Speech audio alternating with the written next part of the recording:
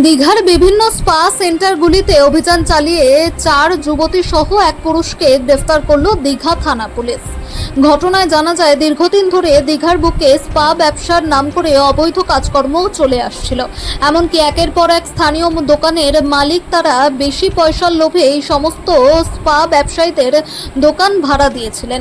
সেই স্পা ব্যবসার আড়ালে বিভিন্নভাবে অসামাজিক কাজকর্ম চলে আসছিল। গতকাল রাত্রে দীঘা থানা তরফ থেকে নিউ দীঘায় বেশ কিছু স্পা সেন্টারে অভিযান চালানো হয়। সেখান থেকে বেশ কিছু আপত্তিকর জিনিস যেমন পুলিশ উদ্ধার করেছে।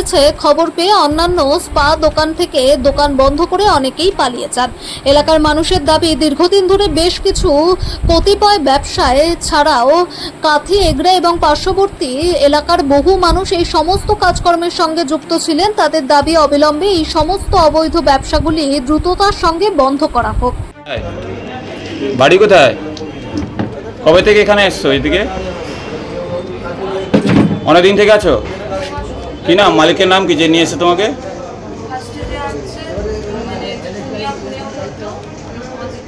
কতজন এসছো? ভোটার কার্ড, আধার কার্ড সব আছে তোমাদের কাছে? মাস হয়নি বোধহয়। কাদের দোকান এগুলো? দোকানটা কাদের?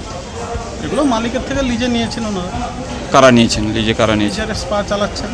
তুমি কি সব বাইরের লোক বেশি যারা? না, সেটা উনি মালিকের বাড়িটা কথা আমার ঠিক জানা নেই। আপনার কিসের দোকান আছে? আমাদের সামনে রেস্টুরেন্ট আছে। আপনারা জানতেন এই যেভাবে কাজগুলো চলছে? আপনার কোনদিন নজর ঢুকেই নিত? জানেন না এগুলো? স্পা এখানে অনেক আছে, ওনারও স্পা, ওইটুকুই না। এই যে বাইরে থেকে মেয়েদেরকে নিয়েছে এখানে রাখা হচ্ছে, এগুলো কি আপনার কোনদিন চোখে পড়েনি ব্যবসা যখন মেয়ে করে? তো স্পা তো মেয়েরাই থাকে এখানে সব। আচ্ছা, এই যে বিভিন্ন রকম অবৈধ জিনিস পাওয়া যাচ্ছে, অবৈধ জিনিস ভেতরে কোনোদিনই ঢুকিনি।